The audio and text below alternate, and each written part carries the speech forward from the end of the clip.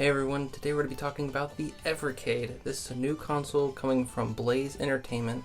They're a UK based company, and what makes this new console very exciting is that it's going to be using real cartridges. Each cartridge is going to be preloaded with a collection of games from 6 to 20 depending on the specific collection. Now if you know me, I'm a huge fan of physical media, so this product is really speaking to me. I've already pre-ordered it, still don't have it as of the recording of this video. Today I want to talk about the future of this console. What games could come to it? So far they've released 10 cartridges and they've announced 4 more, and apparently they're going to be doing a few more this year, and hopefully into the future we'll be seeing more every year.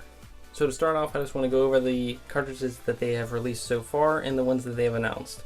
So there's an Atari collection which has 20 games, a Namco collection which has 11, a Data East collection with 10 games, an Interplay collection with 6, another Atari collection, same deal, 20 games, another Namco collection, again only 11, another Interplay collection with 6 more, and then there's a Mega Cats Studios collection which is new indie games in the style of retro consoles. And what makes that one very exciting is that these games don't really have physical versions.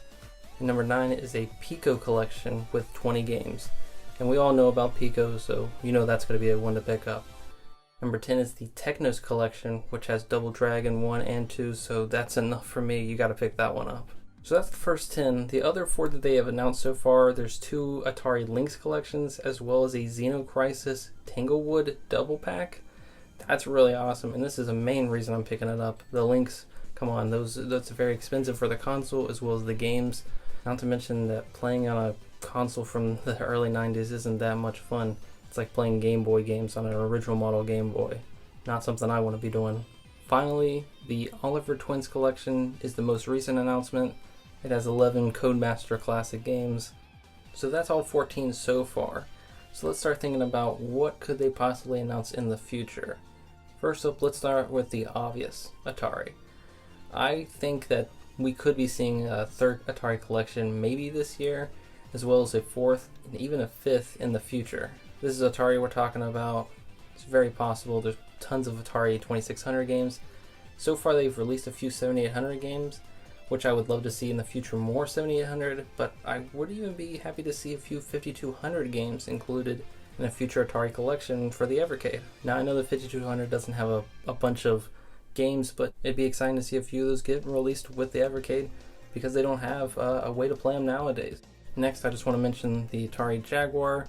I don't think the Evercade is really powerful enough to handle that. They really want to focus on 8-bit and 16-bit games. So although the Jaguar is something that I would love to see, maybe on a future console. Sorry everyone, that's just hoping for that. Next we have the Atari Lynx. Like I said, the Atari Lynx was the main reason I'm picking this up. So the first 2 collections have a good chunk of the Atari Lynx library, but I'd love to see a 3rd collection just get a few more games, at least 10. I'd be so happy to see another 17 or 20 games. It'd be awesome. Now I'm not saying this as a huge Lynx fan, I'm just a person that has never played the Lynx and wants for video game preservation, trying to get as many of these games that don't have a re-release as possible to be re-released. That's what I really want. Moving on to the Namco Museum collections. So we have 2 of those, 22 games so far. I think you'd be crazy not to see at least 2 more Namco Museum collections. And I wouldn't be mad with that either. Obviously we have Pac-Man, Dig Dug, Galaga, that kind of stuff. But they've thrown in a few obscure games as well, even bringing over Mappy Kids, which was only released on the Famicom in Japan. So if they keep doing stuff like that, can't be mad with a few more Namco Museum collections. Next we have Data East. I think 1 more collection from them, at least for now. And moving right along to Pico, I think we could see another collection from them. Not sure what other games that they own in the 8 and 16-bit category, but whatever they have, I'd love to see it come to the Evercade as well. And now we'll move more into speculation of future publishers with the Evercade. First up, Capcom. I am so surprised that we haven't seen Capcom when it comes to like these retro collections such as the Retro Bit, My Arcade, the At Games flashback things. they all have Capcom on board. For example, the AtGames Legend Flashback thing, which included they had a model for 50 and 100 games. They had Capcom on board with Mega Man 2, 3, I think they had Ghouls and Ghosts, the arcade version, that's pretty cool. Yeah, Street Fighter, and a few other games from Capcom. So I would be surprised if Capcom never jumps in with the Evercade.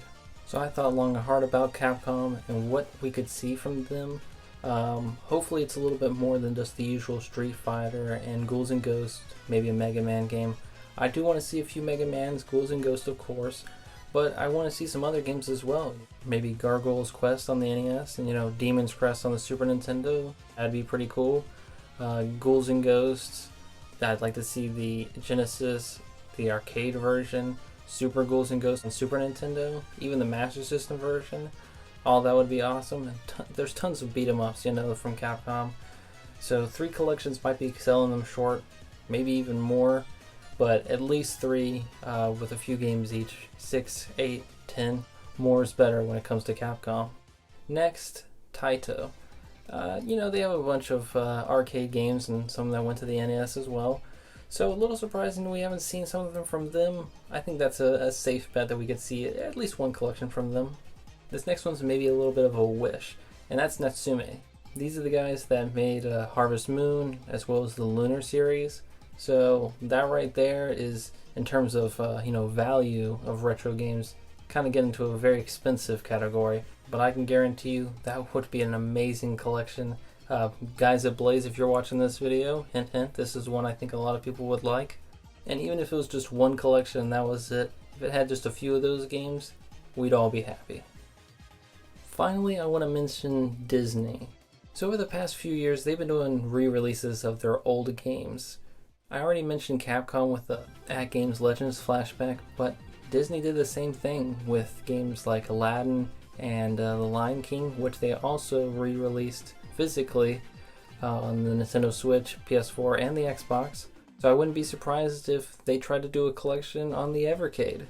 Now I'm not sure if they would, but Disney has the rights to quite a few games, so it's easily possible to do 1 or 2 cartridges. And what's even more interesting is the possibility of Star Wars games. This is also on the Legends Flashback from AtGames.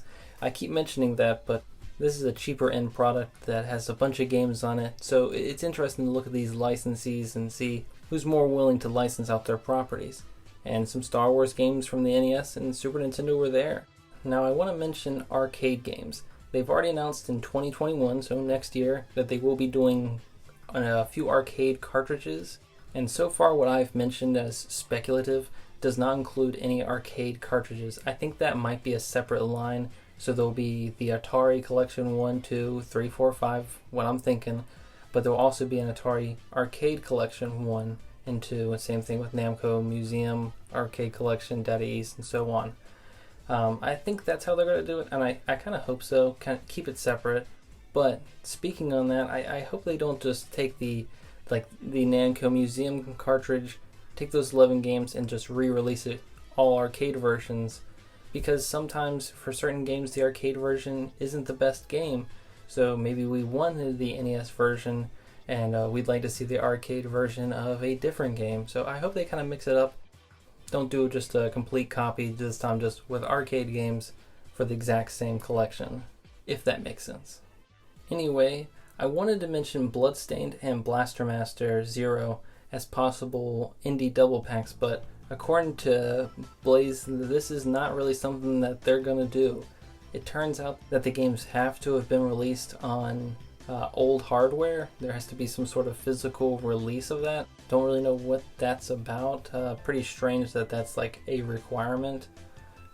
Maybe they want it to run on original hardware because they don't want to port the game. They want to just emulate it. Pretty weird, but I thought this would have been a good way to get some more physical releases of these indie games that typically don't. So the possibility of more indie double packs, I was going to suggest a few more options, but after hearing that news, I don't think it's going to be possible to see too many more. I don't really know any other games that could fit that description, really. But to finish off, a few for my wish list. These are ones that I really want to see, but maybe are a little less likely. So far I wanted to mention the ones that I definitely can see happening, and that's pretty straightforward. Konami's number one. I want to see Konami collections. I want to see, obviously, Castlevania, Contra, but Konami has tons of games, and I would love to see like just 20 collections from them. But I'd also want to see a Sega collection, so a few from them, as well as, you know, Square Enix. There's tons more, you know, but those three, those are the big ones, besides Capcom, obviously. But those three, I don't think Square is going to happen. Sega, I think it's only a matter of time. As for Konami, I think there's a good chance that maybe we can see a collection, but I'll keep my fingers crossed on that one. Anyway guys, thank you so much for watching this video. Let me know what you think down in the comments. What collections do you want to see? Do you think any of the ones I mentioned are possible, or probably not? Anyway, please subscribe if you like this content. Check out the rest of the channel, got tons of random videos, and you have a great rest of your day.